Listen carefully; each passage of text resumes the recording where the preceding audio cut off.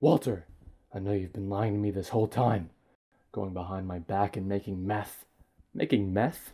Skylar, are you calling me a liar? I ain't calling you a truther. Breaking Bad, written by Pelican Slut 666-42069, is the untold story no one was asking for, combining Breaking Bad plots with Drake and Josh characters. You may be asking yourself, how do such dark plot elements mesh with a Dan Schneider show? How does this kid turn to a life of drugs? Well, let's find out. To start, Drake and Josh argue about meth for 2 minutes. That's what it says. 2 minutes. While they were both bickering, Megan overheard it all. "We can become millionaires off this shit," Megan said. "But Megan," Drake rebutted, "you already have millions off of iCarly, the new hit show on Nickelodeon. Watch now, audience, please." This is the first of many little fourth wall breaks that Pelican Slut threw in here. And I gotta give him credit for not relying on that fake laughing sound effect like a lot of sitcoms like Drake and Josh did. So, as a source of humor, he put in these fourth wall breaks instead of that, stupid fake laughing sound effect. But for the sake of making this more entertaining, I'm gonna throw a couple in every now and then to spice it up a little. After teaming up with Megan, Drake and Josh are taught by Craig and Eric how to make the meth. "We can start cooking now, inconspicuously," Josh advised. To which Drake says, "Josh, we don't want to be racist here. This is a PG fanfiction." Yeah, Drake, better not push the rating, especially after telling Craig and Eric they can fuck Mindy as payment. So now our heroes need a car to cook and store the meth, of course, which they get by going to a car dealership, murdering the owner, and stealing a Kia Soul, which they named Dragon Dildo, pretty common name for a Kia Soul. At this point, Pelican Slut throws in another hilarious fourth wall break where the director Dan Schneider gets mad at them for not keeping it PG, I guess. So he has a heart attack, from the anger, and dies. After 1 month of meth making, Drake and Josh are now famous for their meth, so they're asked by Oprah Winfrey to be on her show.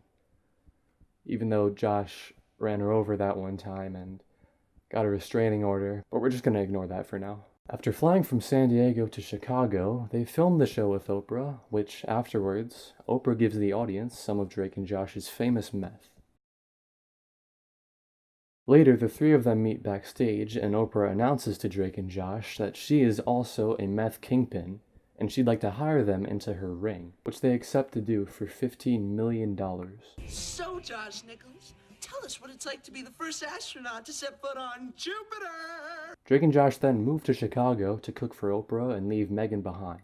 Those fucking boobs. After cooking for about a year, Drake leaves Josh and starts dating Jeanette McCurdy, so Josh continues cooking the meth with Oprah in Chicago. But after Drake frick-fracks Jeanette McCurdy for about a year, he decides to break up with her after getting chlamydia and go back to Chicago to continue cooking with Josh. So basically, after having his sex life ruined, he decides to turn back to a life of meth. But on his journey back to Chicago, Drake gets kidnapped by Oprah, who takes him in as her sex slave. But she never actually sexes him because he tells her he has chlamydia. Guess it worked out for him, other than the burning sensation. Well,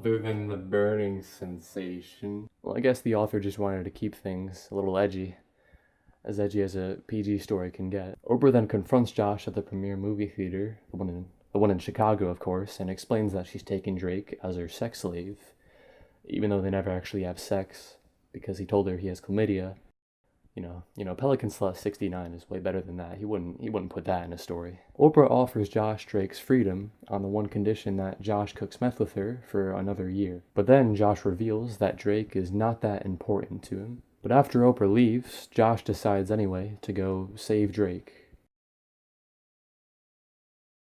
You just don't get such unpredictable stories like this nowadays. Josh arrives at Oprah's sex dungeon where Drake is fucking Oprah hard.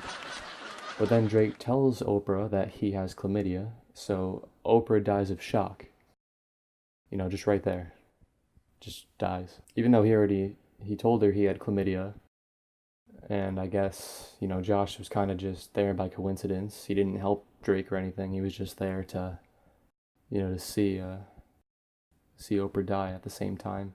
But now we get a nice hug me brother moment where Josh tries to hug Drake, but Drake's naked from just fucking Oprah.